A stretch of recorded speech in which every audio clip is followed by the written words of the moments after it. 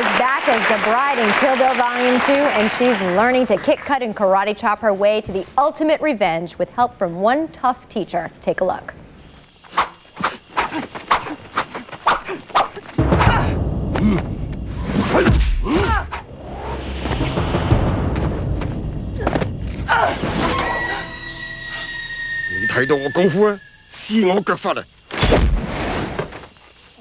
Yikes. Please welcome back Uma Thurman.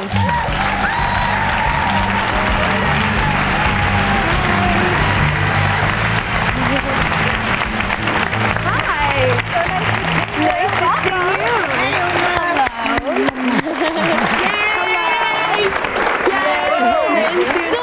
you. It's good to see you. You're much more friendly than in the Kill Bill volumes, I have to say. She was very friendly to people, and then they started being mean to her, and she had to kill them. I know, so we just all need to be on our best behavior, apparently. Do you have any dating coaching tips for us? No, but I heard the hot topics. You know, it sounds like it'd be really fun to date someone who'd been through the training. You know, what must that be like? I mean, you should be able to sample their services really by That's actually a good idea. I could see how good the training is. You know? Exactly. Are you charmed? Are you Do you think it's good stunned? to play hard to get, or should you be out there? I mean, what do you think? I think you got to play it from the heart. So you should be honest? You can't. How can you help yourself? Well, in the beginning, you might want to trick them a little bit. I think honesty is best I've never tried to trick anyone and not wound up tricked myself. It just comes back to haunt you, right? Yeah. Oh my gosh. I have to say, you were just the ultimate in Kill Bill Volume 1, and Volume 2 is just getting so many high regard and remarks. I mean, I just can't even get over it. But I do need to tell you, you came up with this idea with Quentin, what, 10 years ago? Well, we were shooting He's your director, Pulp Quentin Fiction, Tarantino. and it was just a conversation we had, actually. He was talking to me about genre films and how many, like, fantastic roles for women had existed, like, even more than in mainstream movies. And so we just went back and forth, and suddenly this pregnant assassin emerged. I would expect that from Quentin, but from you, are you really this twisted? Oh, this is all Quentin. I mean, you know, this is all Quentin. But that was the sort of seed idea, was this conversation, and then he went away and he wrote these extraordinary 8 pages. That's still in the movie, the kind of Wedding Chapel Massacre and the assassin on the road to revenge. And well, you're obviously a good team because you guys nailed this one. We've been through a lot together. It's crazy. So, we have. You also, tremendous amount of training went into this. You barely had your son, and you were out 8 hours a day, 5 days a week, learning the martial arts to train for both of these films. Yeah. How hard was that, and was there a point where you felt, you know, I can't do this? Because you make it look so easy, but it has to be extremely difficult. Well, losing the weight was really hard because I packed on about 60 pounds when I was pregnant, not including the baby. Well, maybe including the baby, but so I had a lot of weight to lose, and I was nursing. So as you know, you can't really diet properly when you nurse. So, you know, I was training and had a baby, and then you had to wear that yellow cat suit. my jumpsuit. Yeah.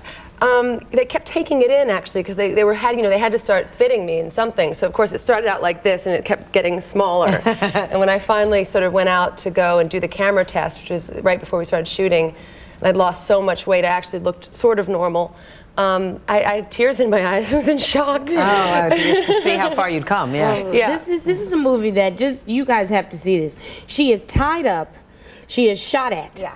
They try to chop her up in pieces with the sword.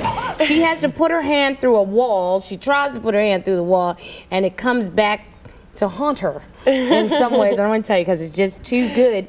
Then you're buried alive. Yeah. Okay, now. Easy day in the office. Good day in the office here. About a midlife crisis. Yeah, exactly. So I hear you almost had a near miss with the sword fight. I got a lot of little hits, yeah. Little hits, that's a big giant samurai sword, huh? You just feel lucky. I mean, you know, I got a couple in the face and couple in the knuckles. Blood? Messed up knuckles. No, actually, it was really amazing. I got one here, and you know, it's that heat of a hit, you know, and you expect you to take your hand down to see if it's wet, you know, but it wasn't. So you lucked out. I lucked out. Yeah, because that's dangerous work that you do, girl. Especially in such close proximity. Yeah. You know, hey, it was not really my field of expertise before I got there. No one would know that. You're just so brilliant at it. I know. I have to tell you, I don't want to sound like a fan, Uma, but I'm a fan. Oh, you were just really good in this film.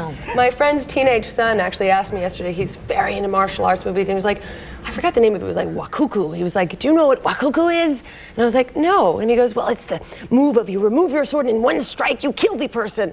I said, look, honey, I just pretend to kill people. I have no idea what real martial arts terms are. You mean you can't do the 5-finger heart thing? I don't know what wakuku. I can do that. You can do the I don't know if it would blow anybody's heart up though. I know. Let's Let's hope not not. try. Yeah, let's not even go there. Let's talk Oscars, though. Uma, I need to ask you about the Oscars because you took some flack for the dress that you wore. I did. I got a Did it spanking. bother you I got at a all? fashion spanking. You did get a fashion spanking. Did it bother you at all, though? No? Well, you know, I sort of was like, I don't know, I think people should have fun, you know, and Yeah. there should be some whimsy. You don't want to have to start feeling like nervous about what you wear. Yeah. Right. But anyway, it just, I don't know, I wear what I like. But it's and fun for you. right? At least you stood out a I little should like hope so. I mean, if Bjork. that's going to be suffering, then yeah, Remember Bjork. Bjork? Exactly. Yes. I love that swan dress. Yeah, Maybe I exactly. could borrow it You for should. sometime. Exactly. Next time I come on the show, Let's say perhaps. you did and don't, okay? The swan. I you mentioned your should have little fun. boy, Roan, and you also have a little girl, Maya, but you said that for a while being a mom paralyzed you professionally. Why is that? It was more, you know, when I had my daughter, you know, I just didn't know how to do, and I still don't. I mean, it's still difficult, but I just didn't know how to do everything. And it's just the sense of anxiety of, you know, trying to take care of a child and work and. Well, you never really know how to do everything, right? I mean, you just face up to the fact you can't do everything. You do. I think you know what it was too. I think watching the first one get a little older and seeing what wonderful people they are, you start to feel like, you know, because when you're your first child, it's like, she cried for 3 minutes. It's ruined. It's all ruined. I've done a terrible job. It's oh no. You think it's sort of, and you think it's a sprint. And a great friend of mine said, you know, parenting is not a sprint, it's a marathon. And I thought that was really wonderful advice. And so, yeah, working and taking care of children is always very difficult to do everything properly, you know. Well, you obviously have a good handle on it because you're doing it really well. And this film is phenomenal. Thanks. I'm glad you actually came here because I've been afraid of you for a very long time. Uma. Thanks to Uma Thurman. Thurman Kill Bill Volume 2 opens everywhere today. We'll be right back. Check it out. You'll be afraid. Uma, thank you.